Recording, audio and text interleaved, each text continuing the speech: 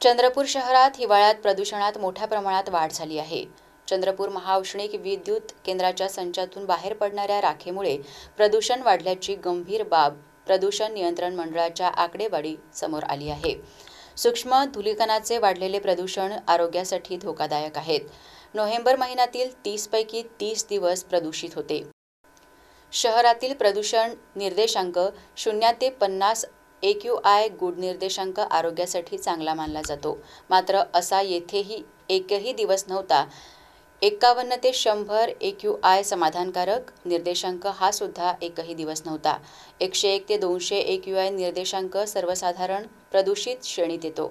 असे येथे 29 दिवस आढळले, तर 201 ते 300 AQI वाईट निर्देशांक असून असा केवळ एक दिवस 19 नोव्हेंबर आढळला। समाधानाची बाब म्हणजे 301 ते 400 AQI अतिशय वाईट आणि 401 ते 500 AQI निर्देशांक हे धोकादायक प्रदूषणाचे मानले जातात।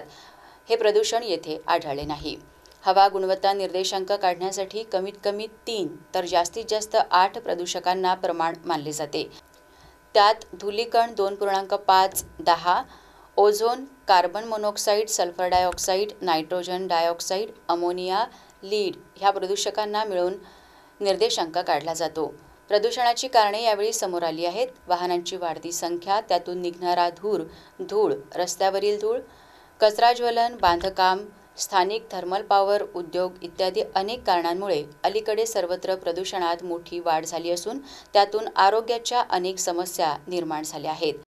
बहुतेक शहरात सुद्धा अशाच समस्या निर्माण होत असल्याने प्रदूषणात सतत वाढ होत असल्याचे प्रदूषण नियंत्रण मंडळाच्या आकडेवारीवरून लक्षात येते, अशी माहिती पर्यावरण अभ्यासक प्राध्यापक सुरेश चोपणे यांनी दिली आहे।